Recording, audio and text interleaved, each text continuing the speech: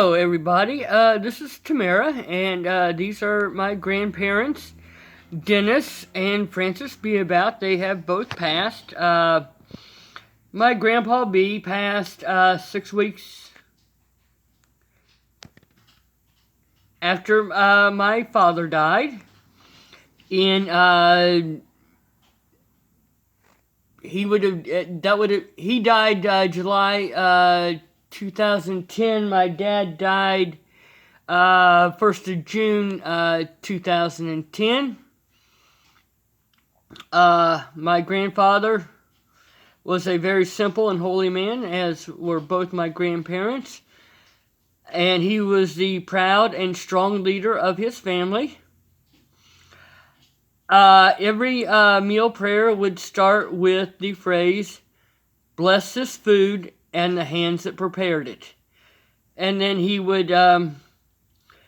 thank God for other blessings and such in our lives, and thank Him for all the good things He did. And I don't remember the rest of the prayers, but I always remembered, "Bless this food and the hands that prepared it." Very gentle spiritual man. He was a Mason, and his wife Frances was a member of the Order of the Eastern Star. One thing my grandfather's mother did was to teach him how to cook. And I know this because he made candy every Christmas. And unfortunately, he wasn't able to do it as often when they moved to Florida because of the humidity. But his hard candy was a thing of beauty, and his peanut brittle was very light and fluffy because instead of stopping when the candy was cooked, after he poured it out onto a sheet pan, he would put some baking soda on it and then some vinegar, and the chemical reaction caused the candy to be very fluffy. Just heavenly. And I am going to be making peanut brittle in my grandfather's honor, and some hard candy. Of course, as a kid, I never, appreciated the hard candy. I always loved the peanut brittle. You could always just taste in the background the baking soda, but you really had to kind of be paying attention to even notice that. And very gentle man. Of course, grandmother, she always insisted, she always cooked all the other meals. One thing grandfather did do, after they got their permanent home in Florida, there was a canal behind their trailer,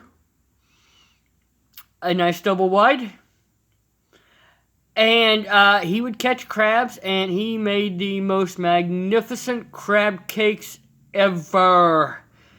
I mean, he'd take them out of the trap, boil them outside, pick them clean, and bake the crab cakes himself. And seriously, you've never had one so good at a restaurant. Because he didn't add too much, just enough to make the crab cakes and to bake them. I wish I could enjoy those again with my grandparents, but God has left me with the wonderful memory. My grandmother, in her younger days, she worked for Mary Kay and was actually a district manager. And I assume if she wanted, she could have had the pink Cadillac, but my grandparents were much more simpler than that. Yes, they did own full-size vehicles. I remember after they retired, they had a white Lincoln. It was a boat. And it came actually with a tape with it. for the tape player, and it was either classical or Christian music, probably classical, something very nice and pleasant. But yeah, very simple people. But yeah, then she raised her kids. And she was a very proud grandmother.